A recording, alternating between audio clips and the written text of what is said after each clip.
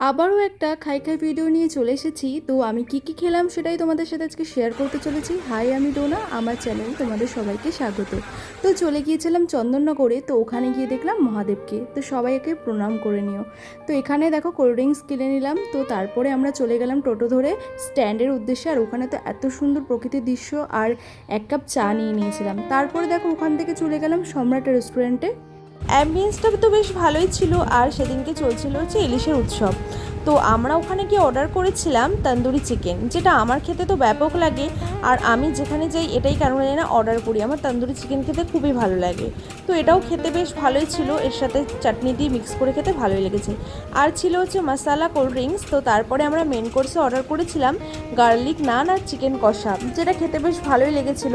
তবে গার্লিক নানের সাথে সবসময় একটু বাটারি চিকেন এরকম টাইপের জিনিসগুলো বেশি ভালো লাগে।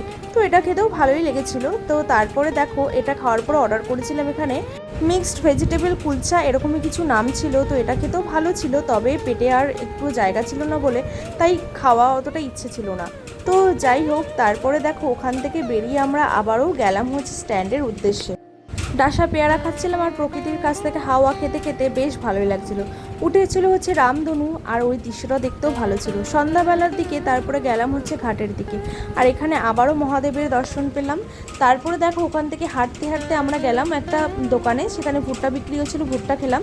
আমার তো বেশ ভুট্টা খেতে ভালোই লাগে। তারপর চলে গেলাম হচ্ছে ফিশিতে। তো ওখানে গিয়ে আমরা অর্ডার করেছিলাম হচ্ছে ডায়মন্ড ফিশ ফ্রাই, যেটা ছিল হচ্ছে অরিজিনাল ভেটকি ফ্রাইয়ার, আর অনেকটা করে মাছ ছিল। এটা খেতে কিন্তু আমার ব্যাপক লেগেছিল।